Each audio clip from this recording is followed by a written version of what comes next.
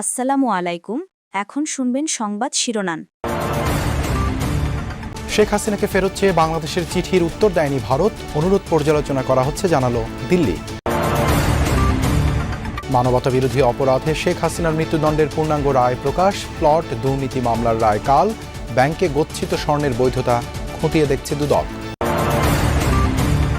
বাউলদের উপর হামলার ঘটনায় বিএনপি মহাসচিবের নিন্দা, বিগত দিনে দেশে হরিলুট চলেছে, অভিযোগ আমির খসরুর। ৬৪ জেলায় এসপি পদায়নের প্রজ্ঞাপন, ওসিদেরও নিয়োগ হবে লটারিতে। একই দিনে নির্বাচন ও গণভোটের লক্ষ্যে মক ভোটিং করবে ইসি। আগুনে পোড়া কড়াইল বস্তিতে খাবার আর পানির সংকট, অজানা ভবিষ্যতের শঙ্কায় বাসিন্দারা, ঘুরে দাঁড়াতে সহায়তা কামনা।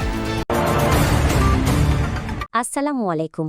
এতক্ষণ দেখছিলেন সংবাদ শিরোনাম, এখন দেখবেন বিস্তারিত। দণ্ডপ্রাপ্ত সাবেক প্রধানমন্ত্রী শেখ হাসিনাকে ফেরত চেয়ে রায়ের পর দিল্লিকে লেখা চিঠির এখনও কোনো জবাব পায়নি ঢাকা।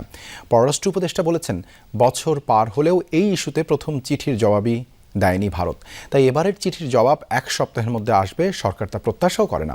জানালেন, অংশগ্রহণমূলক নির্বাচন নিয়ে পশ্চিমাদের কোনো চাপে নেই পররাষ্ট্র মন্ত্রণালয়। মানবতা বিরোধী অপরাধ প্রমাণিত হওয়ায় সাবেক প্রধানমন্ত্রী শেখ হাসিনাকে গত 17 নভেম্বর মৃত্যুদণ্ড দেয় আন্তর্জাতিক অপরাধ ট্রাইব্যুনাল। রায় ঘোষণার 3 দিন পর দণ্ডিত আসামিকে ফেরত চেয়ে ভারতকে কূটনৈতিক চিঠি পাঠায় বাংলাদেশ। দিল্লিতে বাংলাদেশ হাই কমিশন দেশটির পররাষ্ট্র মন্ত্রণালয়ে এই চিঠি পৌঁছে দেয়। সেই চিঠির কি জবাব আসলো দিল্লি থেকে? আমাদের মিশনের মাধ্যমে ওদের পররাষ্ট্র মন্ত্রণালয়ে দেওয়া হয়েছে, কোনো উত্তর আসেনি। এত তাড়াতাড়ি উত্তর আশাও করি না। আমি তো আগের চিঠিতে উত্তর পাইনি একেবারে, কাজে এটা একেবারে কালকে আমাকে ওই এক সপ্তাহের মধ্যে উত্তর দিয়ে দেবে এটা আমি প্রত্যাশা করি না। তবে আমরা আশা করি যে এটার উত্তর আমরা পাবো। আমরা বলেছি যে যেহেতু তাকে বিচারে দোষী সাব্যস্ত করা হয়েছে, কাজেই তাকে যেন ফেরত দেওয়া। সম্প্রতি ঢাকা সফর করে কমনওয়েলথ মহাসচিব অংশগ্রহণমূলক নির্বাচনের তাগিদ দিয়ে গেছেন। একই রকম সুর ছিল ঢাকা সফরে আসা অন্যান্য পশ্চিমা দেশের নীতি নির্ধারকদের। এই ইস্যুতে কি চাপে আছে সরকার? আবার একই কথা, আমার উপর কোনো চাপ নেই। এরই মধ্যে ইউরোপীয় ইউনিয়ন ও কমনওয়েলথ সহ বেশ কিছু সংস্থা ও কয়েকটি দেশ ভোটে পর্যবেক্ষক পাঠানোর কথা জানিয়েছে। সেক্ষেত্রে ভারত নির্বাচন পর্যবেক্ষক পাঠালে তাতে কি অনুমতি দেবে অন্তর্বর্তী সরকার?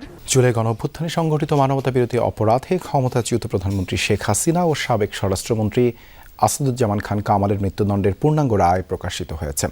বিকেলে তাদের মৃত্যুদণ্ডের পূর্ণাঙ্গ রায় প্রকাশ করা হয়। ফলে আজ থেকে আগামী 30 দিনের মধ্যে আপিল করতে হবে শেখ হাসিনা ও কামালকে। জুলাই অভ্যুত্থানে চলাকালে সংগঠিত মানবতাবিরোধী অপরাধের মামলায় গত 17 নভেম্বর শেখ হাসিনা ও সাবেক স্বরাষ্ট্রমন্ত্রী আসাদুজ্জামান খান কামালকে মৃত্যুদণ্ড দেন আন্তর্জাতিক অপরাধ ট্রাইব্যুনাল। মামলায় রাজসাক্ষী হওয়া সাবেক পুলিশ মহাপরিদর্শক চৌধুরী আবদুল্লাহ আল মামুনকে 5 বছরের কারাদণ্ড দেওয়া হয়। রায়ে শেখ হাসিনা ও কামালের দেশে থাকা সব সম্পত্তি বাজেয়াপ্তের নির্দেশও দেওয়া হয়। দুর্নীতি করে প্লট নেয়ার অভিযোগে শেখ হাসিনার বিরুদ্ধে মামলার রায় হবে আগামীকাল বৃহস্পতিবার। একই দিন সজীব ওয়াজেদ জয় ও সাইমা ওয়াজেদের নামে প্লট দুর্নীতি মামলারও রায় হবে। এই দুটি মামলাতেও আসামি করা হয়েছে শেখ হাসিনাকে। অভিযোগে বলা হয়েছে, ক্ষমতার অপব্যবহার করে পূর্বাঞ্চলের নতুন শহরে প্রকল্পে প্লট নেন তারা। দুদকের আইনজীবী বলেছেন, সাবেক প্রধানমন্ত্রী রাজুকের আইন অমান্য করেছেন। ঢাকায় একখণ্ড জমি সবারই আকাঙ্ক্ষা, কিন্তু সাধ্য আর লটারি ভাগ্য না কুলোনয় আজীবনী ভাড়াটিয়া বা ভূমিহীন হয়ে থাকেন কোটি ঢাকাবাসী। শেখ হাসিনা যে প্লটটি দুর্নীতি করে নিয়েছেন বলে মামলা, সেটি এই পূর্বাচলে কূটনৈতিক জোনের 27 নম্বর সেক্টরে 203 নম্বর সড়কে প্লট নম্বর 9। রাজুক অন্যদের বেলায় ঢাকঢোল পিটিয়ে বরাদ্দ দিলেও সাবেক প্রধানমন্ত্রীর ক্ষেত্রে কাজটি করা হয়েছে বেশ গোপনে 2022 সালে। অভিযোগে এমনটি বলেছেন দুদকের তদন্তকারী কর্মকর্তা। 2024-এর 5 আগস্টের পর গোপন অনেক কিছুর মতোই এই প্লটের খবরও বেরিয়ে আসে প্রকাশ্যে। প্রাথমিক অনুসন্ধানের পর জানুয়ারিতে শেখ হাসিনার বিরুদ্ধে মামলা করে দুদক। অভিযোগ, তিনি সরকারি কর্মচারী হিসেবে ক্ষমতার অপব্যবহার ও অপরাধজনক বিশ্বাসভঙ্গ করেছেন। পূর্বাচলের 10 কাঠা আয়তনের অতি মূল্যবান প্লটটি নিজের নামে বরাদ্দ নিয়েছেন অবৈধভাবে। সাবেক প্রধানমন্ত্রী শেখ হাসিনা ও পরিবারের নামে অগ্রণী ব্যাংকের ভল্টে পাওয়া 832 ভরি স্বর্ণের বৈধতা খতিয়ে দেখছে দুদক। যাচাই করেছে 2 ভল্টে থাকা শেখ হাসিনা, শেখ রেহানা ও সাইমা ওয়াজেদের নামে কত ভরি স্বর্ণ আছে। সংস্থাটির মহাপরিচালক বলেন, স্বর্ণের মূল্য নির্ধারণ শেষে সংশ্লিষ্ট ব্যক্তিদের মালিকানা ও আইনগত দায় নিরূপণ করা হবে। করাইল বস্তিতে অগ্নিকাণ্ডের সুষ্ঠু তদন্ত দাবি করেছেন বিএনপি মহাসচিব মির্জা ফখরুল ইসলাম আলমগীর। ভুক্তভোগীদের ক্ষতিপূরণ দিতে সরকারের প্রতি আহ্বান জানান তিনি। ঠাকুরগাঁয়ে এক অনুষ্ঠানে বাউলদের উপর হামলার ঘটনায় উগ্র ও ধর্মান্ধদের দায়ী করেন বিএনপি মহাসচিব। আলাদা অনুষ্ঠানে দলটির স্থায়ী কমিটির সদস্য আমির খসরু মাহমুদ চৌধুরী বলেন, বিগত দিনে ব্যাংক, বিমা খাতে হরিলুট চলেছে। আগামীতে জবাবদিহিতার আওতায় আসবে সব আর্থিক খাত। মঙ্গলবার সন্ধ্যায় করাইল বস্তিতে লাগে এই যাবৎকালের সবচেয়ে ভয়াবহ আগুন। পুড়ে ছাই হয়ে যায় শত শত ঘরবাড়ি।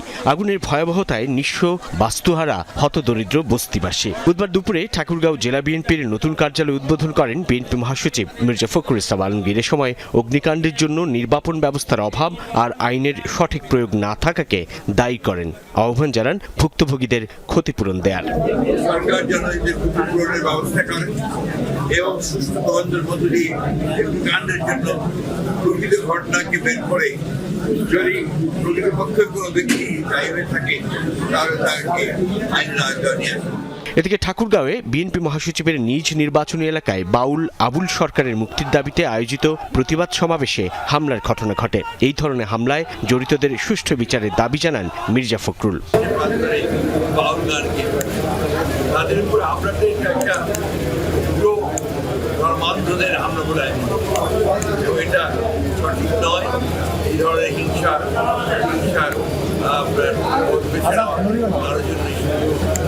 এদিকে রাজধানীর ডিপ্লোমা ইঞ্জিনিয়ার্স ইনস্টিটিউশন মিলনায়তনে এক অনুষ্ঠানে বিএনপি নেতা আমির খসরু মাহমুদ চৌধুরী বলেন, তার দল ক্ষমতায় এলে বিমা, ব্যাংক খাতে বড় ধরনের সংস্কার আনা হবে। যেখানে সমস্ত দেশের অর্থনৈতিক উন্নয়ন জড়িত, সেখানে যদি আপনি দলীয় বিবেচনায় এসব কাজ করেন তাহলে সেই অর্থনীতি তো টিকে থাকতে পারে না, যেটা আজকে আমরা দেখতে পাচ্ছি। জবাবদিহিতা ফিরিয়ে আনতে হবে। যেমন সরকারের জবাবদিহিতা ফিরিয়ে আনতে হবে, নির্বাচিত সরকারের মাধ্যমে আপনার কোম্পানিগুলোতেও জবাবদিহিতা আনতে হবে। সকালে নয়াপল্টনে ভাসান মিলনায়তনে বিএনপি চেয়ারপারসন খালেদা জিয়ার রোগ মুক্তি ও সুস্থতা কামনায় মহিলা দল আয়োজিত দোয়া মাহফিলে যোগ দেন সিনিয়র যুগ্ম মহাসচিব রিজভী আহমেদ। অগ্রণী ব্যাংকের ভোল্টে 832 ভরি সোনা শেখ হাসিনা 2টি ভোল্টে কত বড় চোর হতে পারে সে? ও পালাবে না কেন? ও তো জানে যে চোর। যারা চুরি করেছে, হরিলুট করেছে, কিন্তু এই জাতিকে এখন নিজের পায়ে দাঁড় করানোর জন্য যে মন্ত্রণা, সেই মন্ত্রণা আপনাকে দিয়ে দেশ থেকে গড়ে তোলা উচিত। প্রথমবারের মতো পুলিশ সুপার পদে পদায়ন হলো লটারির মাধ্যমে। জাতীয় নির্বাচন সামনে রেখে বিভিন্ন জেলায় নতুন এসপিদের পদায়ন করে জারি করা হয়েছে প্রজ্ঞাপনও। তবে পদায়ন নীতিমালার বাইরে এই পদ্ধতিতে এসপি নিয়োগ নিয়ে সমালোচনা আছে। সাবেক আইজিপি ডক্টর এনামুল হক বলেছেন, এভাবে সঠিক ব্যক্তিকে সঠিক স্থানে পদায়ন করা কঠিন। তবে স্বরাষ্ট্র উপদেষ্টা বলছেন, মেধাবীদের তালিকা করে সেখান থেকেই এসপি পদে নিয়োগ দেওয়া হয়েছে। ফেব্রুয়ারির প্রথম ভাগে জাতীয় নির্বাচন। এই নির্বাচনের সবচেয়ে বড় চ্যালেঞ্জ আইন শৃঙ্খলা নিয়ন্ত্রণে রাখা, আর জেলায় জেলায় এর নেতৃত্ব দিবেন এসপি বা পুলিশ সুপাররা। তবে নির্বাচনকালীন সময়ে এসপি হিসেবে কারা দায়িত্ব পালন করবেন, এ নিয়ে প্রধান দুই রাজনৈতিক দল বিএনপি ও জামায়াতের মধ্যে টানাপোড়েন আছে। এ অবস্থায় অন্তর্বর্তী সরকার এসপি নিয়োগে ব্যতিক্রমী নজির স্থাপন করল। প্রথমবারের মতো এসপি নিয়োগ দিয়েছে লটারির মাধ্যমে। প্রধান উপদেষ্টার বাসভবন যমুনায় 24 নভেম্বর অনুষ্ঠিত সেই লটারির ফল অনুযায়ী বুধবার নতুন এসপিদের পদায়ন করে জারি করা হয়েছে প্রজ্ঞাপনও।